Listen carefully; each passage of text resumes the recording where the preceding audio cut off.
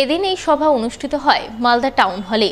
সভায় হাজির ছিলেন ডিওয়াইএফআই এর রাজ্য সভাপতি অয়নাংশু সরকার, রাজ্য সম্পাদক মণ্ডলীয় সদস্য শ্রীজীব গোস্বামী, জেলার সম্পাদক অরূপ পোদ্দার সহ অন্যান্যরা।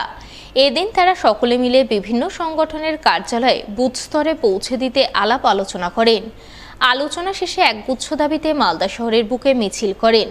মিছিলে অংশগ্রহণকারী ডিওয়াইএফআই এর নেতাকর্মীরা গঙ্গা ভাঙনে ক্ষতিগ্রস্তদের পুনর্বাসন, ভিন রাজ্যে কর্মরত বাংলার পরিযায়ী শ্রমিকদের বাংলায় ফিরিয়ে এনে কাজের ব্যবস্থা করা, চাকরিতে দুর্নীতি বন্ধ করে স্বচ্ছ নিয়োগের ব্যবস্থা করা ইত্যাদি দাবিতে সরব হন। আমাদের এই রাজ্য সম্মেলনের ফিডব্যাক একটা প্রোগ্রাম হচ্ছে। রাজ্য সম্মেলন আমাদের কিছুদিন আগেই হয়েছে মুর্শিদাবাদ জেলার বহরমপুরে।